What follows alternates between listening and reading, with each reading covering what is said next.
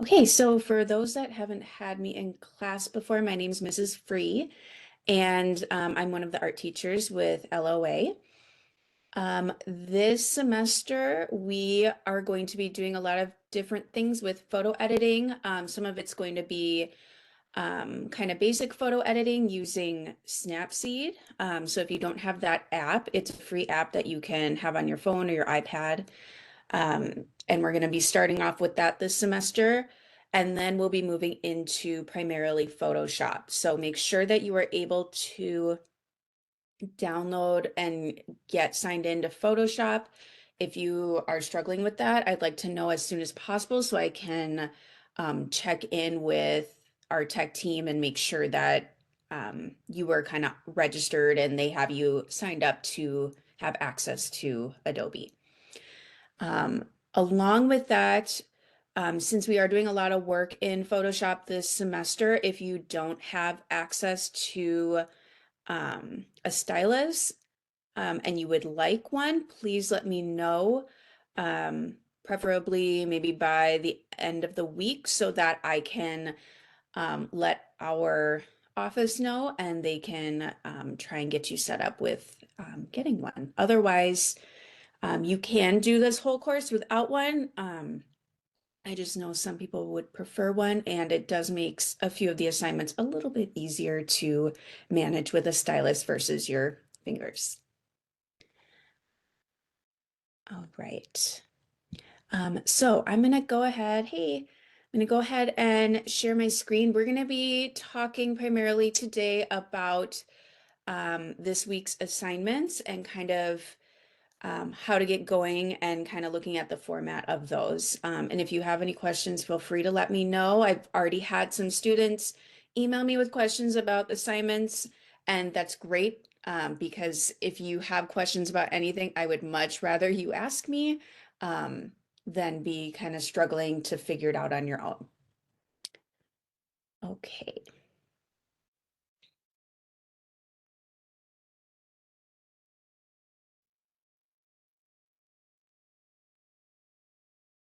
There we go.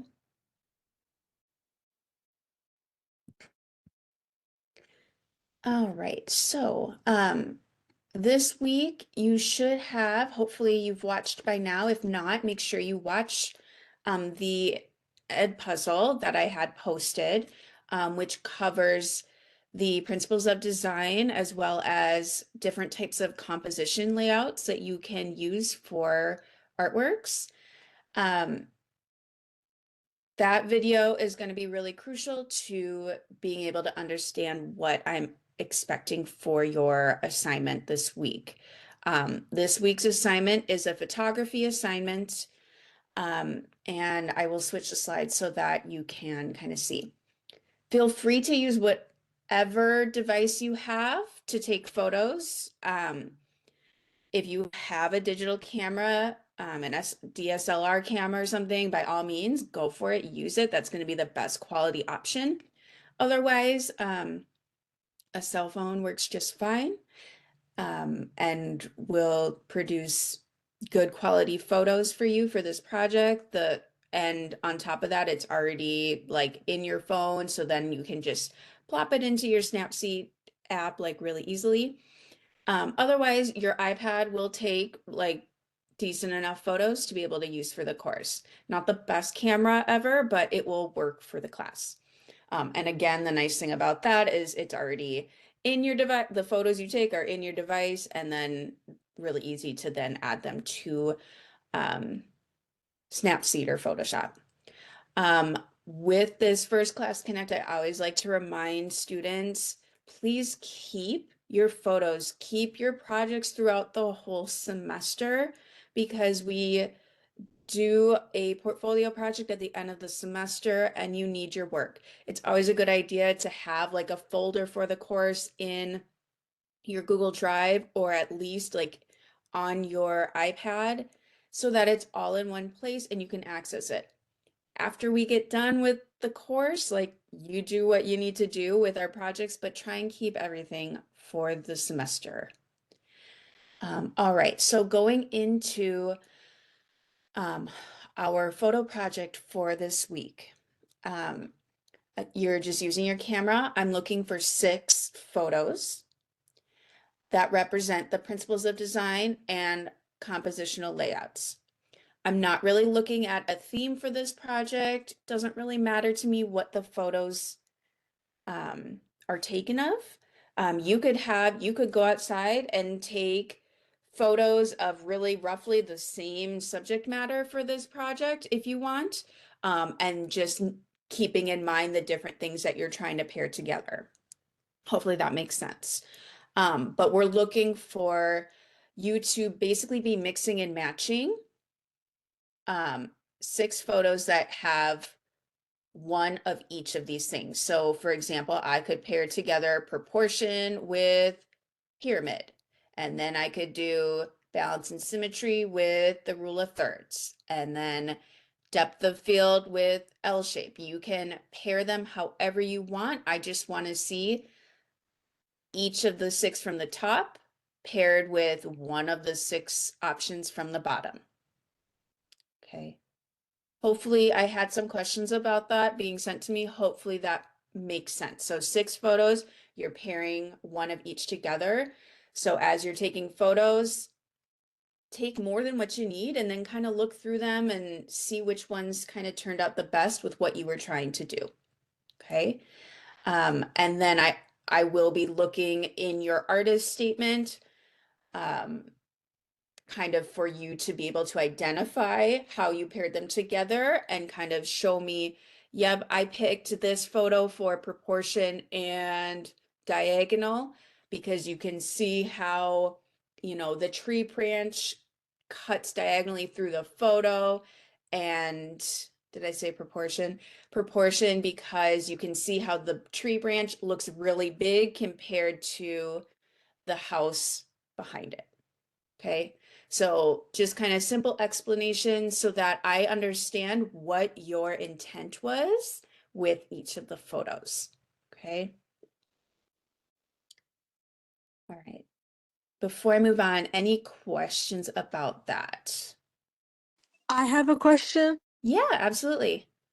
I was wondering, like, I have a photo from vacation I took a couple weeks ago, Mhm. and that I think would go like well with one of the principals. Could I use that, or it has to be a photo like I have to take today? That is a great question.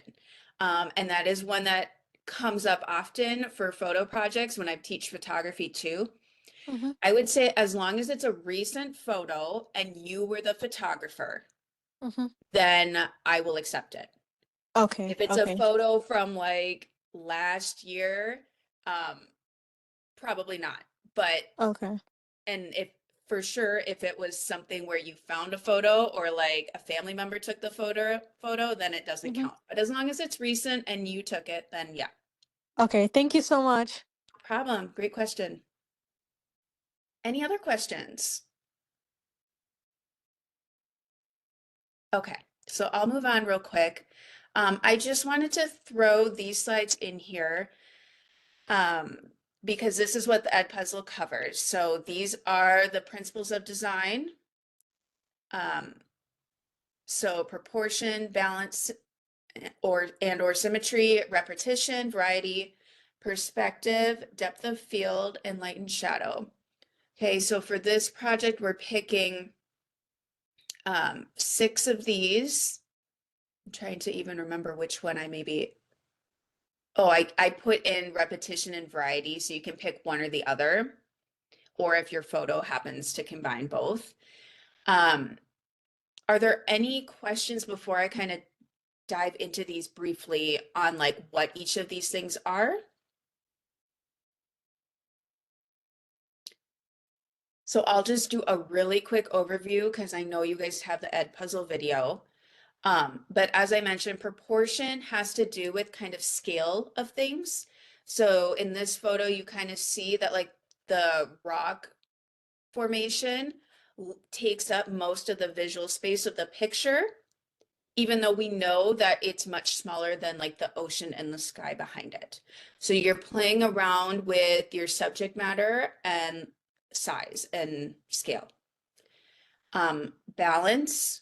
and particularly symmetry, trying to have things symmetrical or feel like they're balanced. So even if it's not symmetrical, meaning the same on both sides, your photo should feel balanced by having your subject matter having like equal weight, visual weight. So I like to compare like, okay, if you have like a tree, a large tree on one side of your photo, maybe you're balancing it out with a house on the other side or an animal that's taking up roughly the same amount of space.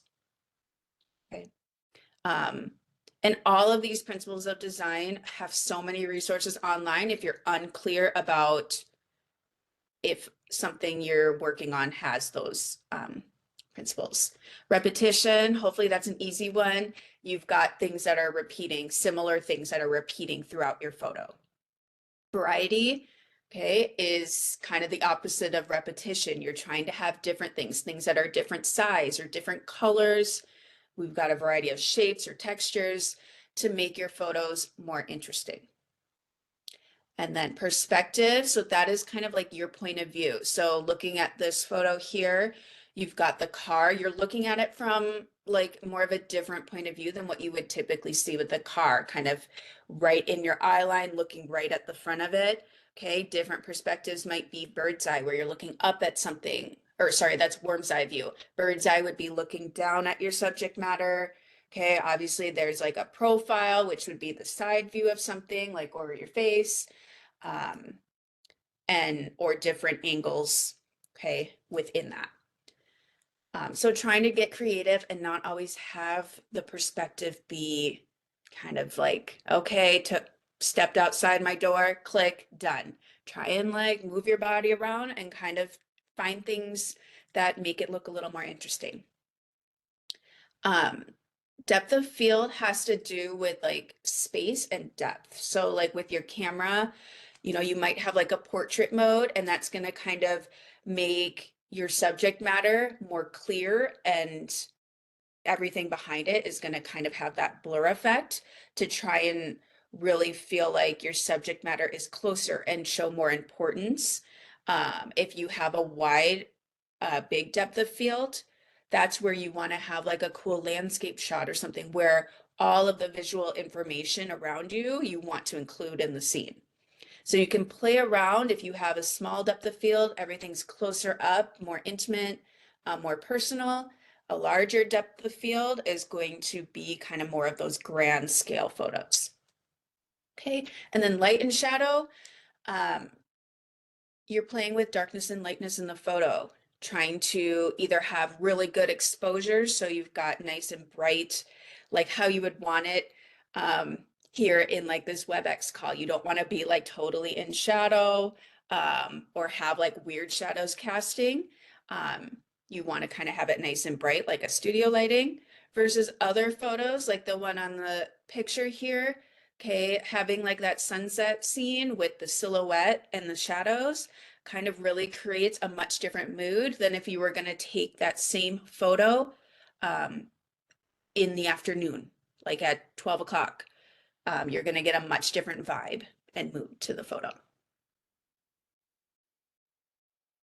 All right. Questions before I move on? I know this is a lot of information.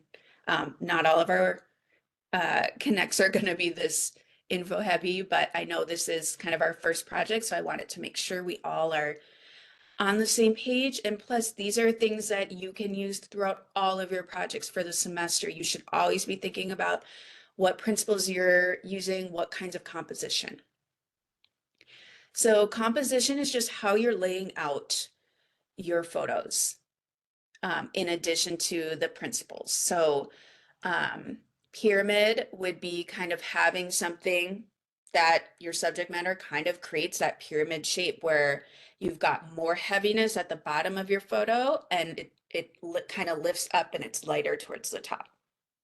Rule of thirds, that is kind of like the holy grail of compositional layouts. Really common one that you will see a lot. Just kind of when you're taking a photo, try and kind of think of not having your subject matter right smack dab in the middle. Okay. just move it to the side, move it down a little bit. Okay, kind of try and one of those crosshairs is really that sweet spot. Golden spiral, that's really kind of creating that subtle movement for your eye when you're looking at a photo, not having like all of those people in the photo just kind of lined up straight across. They're naturally kind of creating this spiral or this circular effect to make your eye kind of swoop through. Diagonal, again, that's helping with movement, having kind of your subject matter or um, items in your photo create a diagonal line. S curve, similar, but your eyes traveling in the shape of an S. Um, See that really common if you're doing kind of some research with the idea of a road or a river or something like that, kind of creating that S curve, that natural curve. And then L shape, creating that L shaped composition. You have something that's got more of a vertical, something that's got more of that horizontal line. Okay. All right, moving through, I just wanted to also touch on our feedback assignments that you will have after you submit your summative projects to me. There is a whole discussion board where I would like for you to choose one component of your um, project. So you don't have to do like all of your artist statement, but post your photos to the discussion board. And then it's just a really great way for us to have a dialogue and to provide like peer feedback to one another so that when you go into your next project, you've got, you know, a little bit more support. You're able to see what other students are doing and get ideas, and you're able to get some feedback on your own work that isn't just from me. So for those assignments, you're just following these 4 steps. So pick one of the questions that's in each of the steps to answer. You can definitely answer both if you've got feedback to give, but I'm just asking for one. So when you're looking at, their photos, what are you noticing most? Okay. Ask a question about their photos or their artwork, or what do you want to understand more about it? Maybe something that they did was kind of unclear. Maybe you're not sure how they paired um, something together. Okay, give them give them some encouragement, give them some praise. Be a little bit more specific. Don't just be like, "Good job." Not really helpful. Try and be like, "Oh, I really like how you created a diagonal line with the, I don't know, with the tree branch that you saw." Okay, like that was a really interesting way to achieve that. And then something that you think could be improved. And again, don't just be like, okay, you should improve everything. Like, that's really not helpful. That's a good way to discourage people. Try and think of like, hey, I really like what you attempted here. I think if you, maybe had a little bit better exposure in your photos, it would look even stronger or something. Okay. You can see, um, I'm looking, you know, for 3 points per answer for thorough answer, and then having your images added to the discussion will also get you points. If things are really vague or not helpful responses, you might get deducted points. Okay. All right. So we're going to wrap things up today with a short activity that I would like for you to respond in the chat. Or you can definitely, I would love it if you just, chimed in. You can definitely talk to. Um, but we're going to look at 3 photos. Oh, sorry, I didn't see that you had a question, Ryan. Did you still have a question or did I cover it? Yeah, Um, can you hear me? yes, I can. Okay. So in a 2.1.2 assignment, uh, can when we take pictures, Yeah. photos, making sure they're good and nice, uh, can we edit them And can we edit them? Can it be something like, for example, like a statue or a building or like a plant or something like that, for example? Could that work fine? Yeah, so to the first part of your questions, can you edit them? And I would say yes, you can use kind of like whatever software your phone has, or if you already got Snapseed, you can edit them. It's not the focus of this assignment, but if you take a photo and you realize like, oh, it's a little bit dark or something, yes, you can edit them. And then as far as subject matter, any of those things would be fine. You get to choose what you want to take photos of for this project. Okay.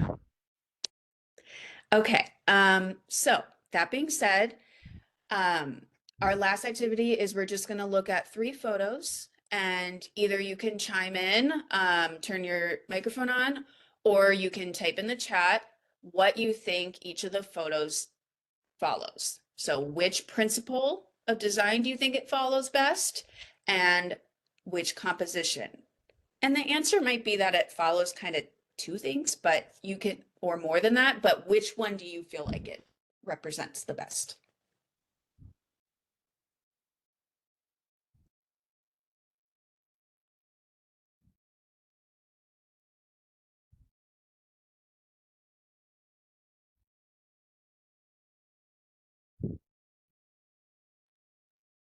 Okay.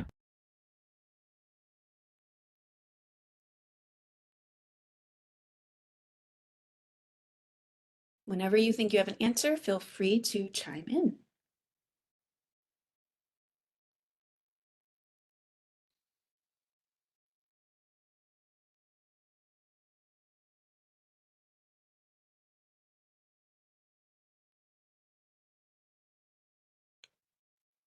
Composition or even balance of symmetry. Yeah, I would say it's somewhat symmetrical um, for composition. Any other thoughts?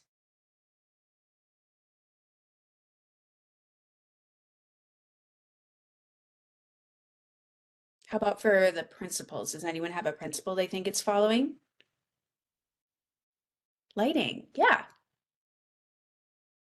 Yeah. I chose this one thinking of light and shadow for sure. Um, you've got kind of the tree and the water kind of more in shadow, and you've got that sunset behind. I can see how perspective could work for composition. I could see how balance could work because it is the tree and then you've got water on each side and sky on each side. Um, yep, depth of field could work.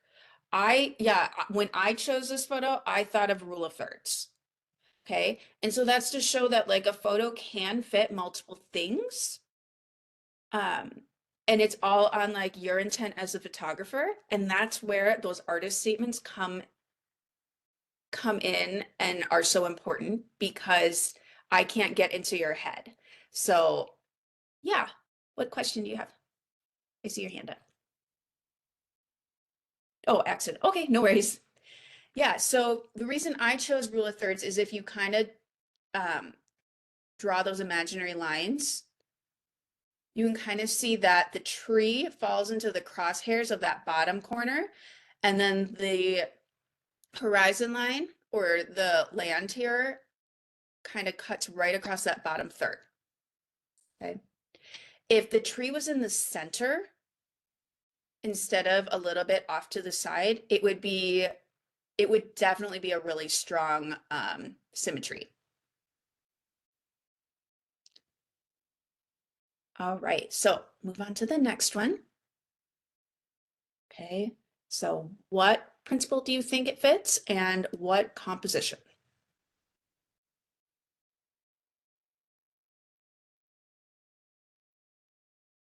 I'm curious about this one because this one to me felt like super obvious.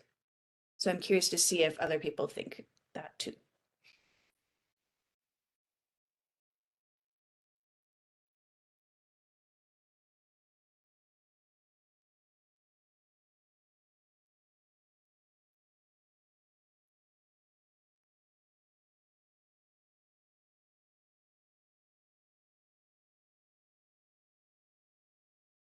Any thoughts?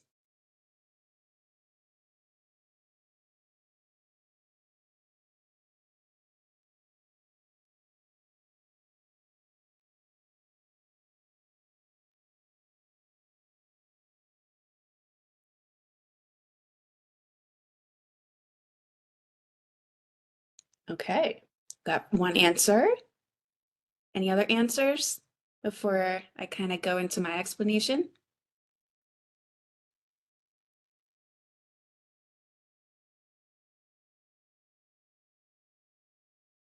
All right, for the sake of time, I will go ahead. So, um, I think light and shadow could work for this one.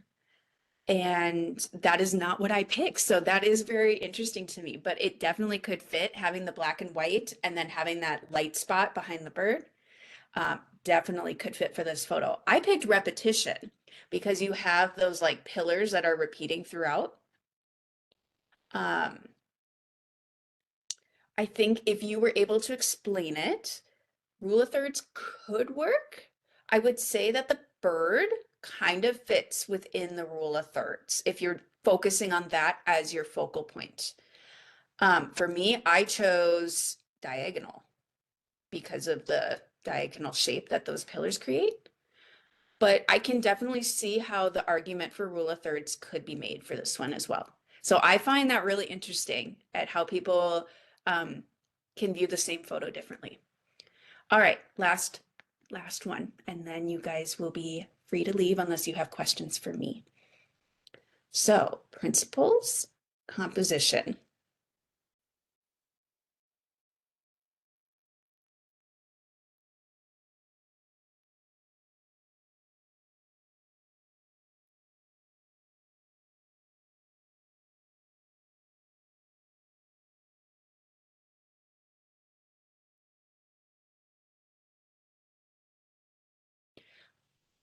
All right, light and shadow and perspective.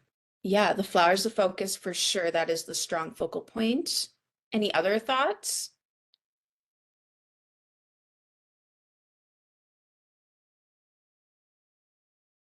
I'd say it's as far as like light and shadow goes, it's hard to argue with that one because light is so important in photography, right?